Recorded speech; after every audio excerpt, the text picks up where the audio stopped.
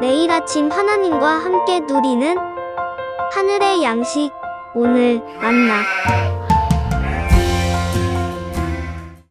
온 이스라엘이 그 계보대로 계수되어 그들은 이스라엘 왕조실록에 기록되니라. 유다가 범죄함으로 말미암아 바벨론으로 사로잡혀 갔더니 그들의 땅 안에 있는 성읍에 처음으로 거주한 이스라엘 사람들은 제사장들과 레위 사람들과 느디님 사람들이라. 유다 자손과 베냐민 자손과 에브라임과 므낫세 자손 중에서 예루살렘에 거주한 자는 유다의 아들 베레스 자손 중에 우대이니 그는 암미후세 아들이요 오므리의 손자요 이므리의 증손이요 바니의 현손이며 실로 사람 중에서는 맏아들 아사야와 그의 아들들이요 세라 자손 중에서는 여우엘과 그 형제 690명이요 베냐민 자손 중에서는 하스누아의 증손 호다위아의 손자 무술람의 아들 살루요 여로함의 아들 이브느야와 미그리의 손자 우시의 아들 엘라요 이브니야의 증손 르우엘의 손자 스바디아의 아들 무술람이요 또 그의 형제들이라. 그들의 계보대로 계수하면 956명이니 다 종족의 가문의 우두머리들이더라. 제사장 중에서는 여다야와 여호야립과 야긴과 하나님의 성전을 맡은 자 아사랴이니 그는 힐기야의 아들이요 무술람의 손자요 사독의 증손이요 무라요스의 현손이요 아히두베의 오대손이며 또 아다야이니 그는 여로함의 아들이요 바스훌의 손자요 말기야의 증손이며 또 마세니 그는 아디엘의 아들이요 야세라의 손자요 무술람의 증손이요 무실레밋의 현손이요 임멜의 오대손이며 또 그의 형제들이니 종족의 가문의 우두머리라. 하나님의 성전의 임무를 수행할 힘 있는 자는 모두 1760명이더라. 레위 사람 중에서는 무라리 자손 스마야이니 그는 핫수베의 아들이요 아스리감의 손자요 하사베아의 증손이며 또 박박갈과 헤레스와 갈랄과 마따냐이니 그는 미가의 아들이요 시그리의 손자요 아삽의 증손이며 또 오바디아이니 그는 스마야의 아들이요 갈랄의 손자요 여두둔의 증손이며 또 베레기아이니 그는 아사의 아들이요 엘가나의 손자라. 느도바 사람의 마을에 거주하였더라. 문지기는 살룸과 악굽과 달몬과 아히만과 그의 형제들이니 살룸은 그 우두머리라. 이 사람들은 전에 왕의 문 동쪽 곧 레위 자손의 진영의 문지기이며 고라의 증손 에비아삽의 손자 고레의 아들 살룸과 그의 종족 형제 곧 고라의 자손이 수종드는 일을 맡아 성막 문들을 지켰으니 그들의 조상들도 여호와의 진영을 맡고 출입문을 지켰으며 여호와께서 함께 하신 엘르아살의 아들 비느하스가 옛적에 그의 무리를 거느렸고 무셀레미아의 아들 스가랴는 회막 문지기가 되었더라. 택함을 입어 문지기 된 자가 모두 212명이니 이는 그들의 마을에서 그들의 계보대로 계수된 자요 다윗과 선견자 사무엘이 전에 세워서 이 직분을 맡긴 자라. 그들과 그들의 자손이 그 순찰을 좇아 여호와의 성전 곧 성막 문을 지켰는데 이 문지기가 동서남북 사방에 섰고 그들의 마을에 있는 형제들은 이레마다 와서 그들과 함께 있으니 이는 문지기의 우두머리 된 레위 사람 넷이 중요한 직분을 맡아 하나님의 성전 모든 방과 곳간을 지켰음이라. 그들은 하나님의 성전을 맡은 직분이 있으므로 성전 주위에서 밤을 지내며 아침마다 문을 여는 책임이 그들에게 있었더라. 그 중에 어떤 자는 섬기는 데 쓰는 기구를 맡아서 그 수효대로 들여가고 수효대로 내오며 또 어떤 자는 성소의 기구와 모든 그릇과 고운 가루와 포도주와 기름과 유향과 향품을 맡았으며 또 제사장의 아들 중에 어떤 자는 향품으로 향기름을 만들었으며 고라 자손 살룸의 맏아들 맏디디아라 하는 레위 사람은 전병을 굽는 일을 맡았으며 또 그의 형제 그핫 자손 중에 어떤 자는 진설하는 떡을 맡아 안식일마다 준비하였더라. 또 찬송하는 자가 있으니 곧 레위 우두머리라. 그들은 골방에 거주하면서 주야로 자기 직분에 전념하므로 다른 일은 하지 아니하였더라. 그들은 다 레위 가문의 우두머리이며 그들의 족보의 우두머리로서 예루살렘에 거주하였더라.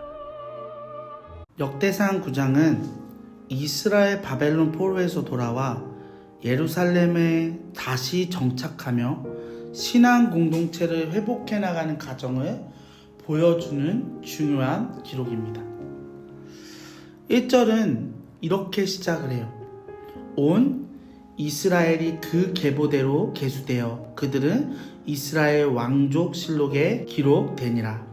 유다가 범죄함으로 말미암아 바벨론으로 사로잡혀 갔더니 이 한 구절 안에는 이스라엘의 과거와 현재 무너짐과 회복이 함께 담겨져 있습니다.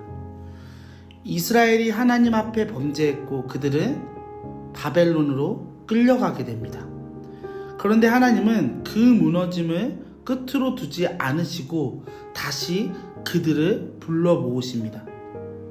이 명단은 바로 이 회복의 첫 장면입니다. 하나님은 흩어진 백성을 다시 부르시고 무너졌던 성을 다시 세우십니다. 그러나 흥미롭게도 하나님께서 회복의 출발점으로 삼으신 것은 예배와 직분의 회복입니다. 2절부터는 본격적으로 무엇이 나오냐면은 명단이 등장하게 됩니다.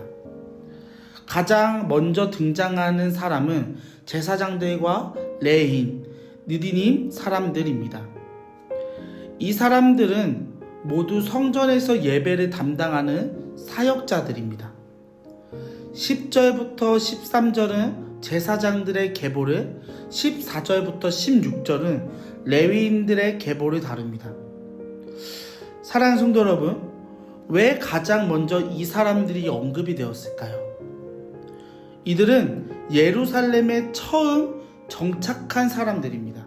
즉, 하나님은 회복의 첫 단계를 예배자들의 자리 회복으로 시작하신 거예요. 특별히 13절에 보시면은 하나님의 성전의 임무를 수행할 힘 있는 자는 모두 1760명이더라. 여기서 힘 있는 자라고 하면은 체력이 세다는 말이 아니라 하나님의 일을 감당할 수 있는 능력과 준비된 자들을 뜻합니다.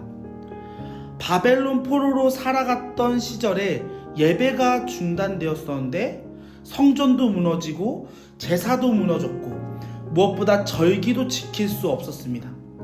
하지만 하나님은 돌아온 백성들 가운데 먼저 예배의 자리, 제사와 섬김의 자리를 다시 세우십니다. 사랑하는 성남제일교회 성도 여러분, 우리의 삶도 무너질 때가 있습니다.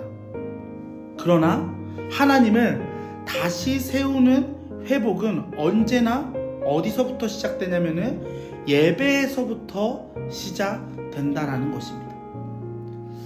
계속적으로 17절에 보시면은 더욱 구체적으로 직분의 목록이 등장하게 됩니다.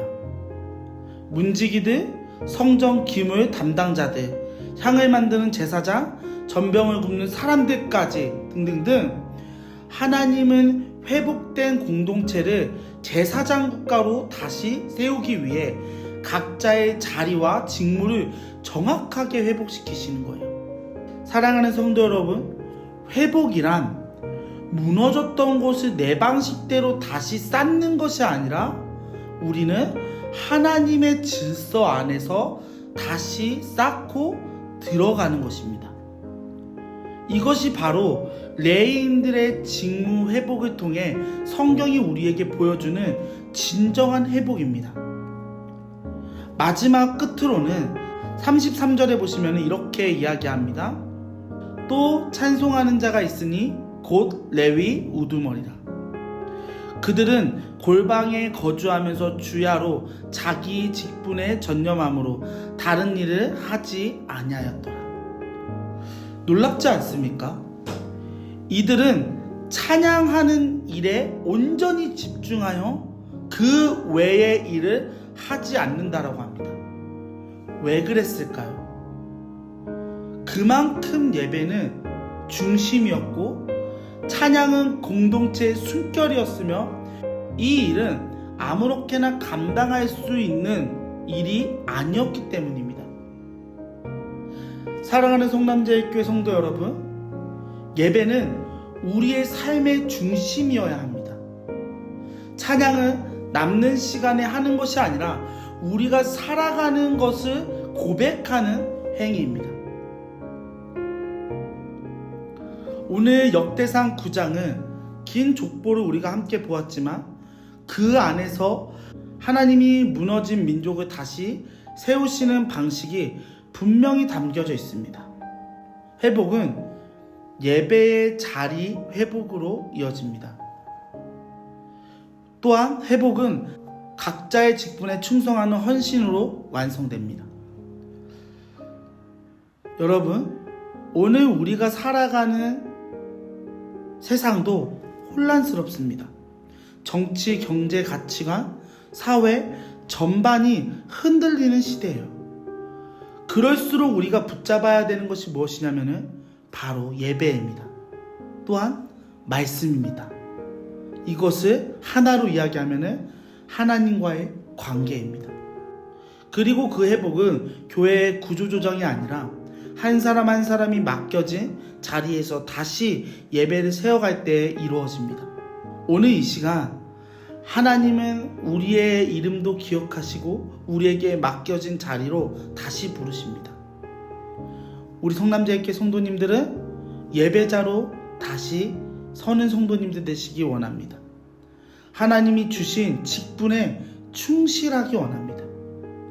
그것이 바로 진짜 회복의 시작입니다. 그것을 믿고 나아가는 귀한 성도님들 되시기 주님의 이름으로 소망합니다.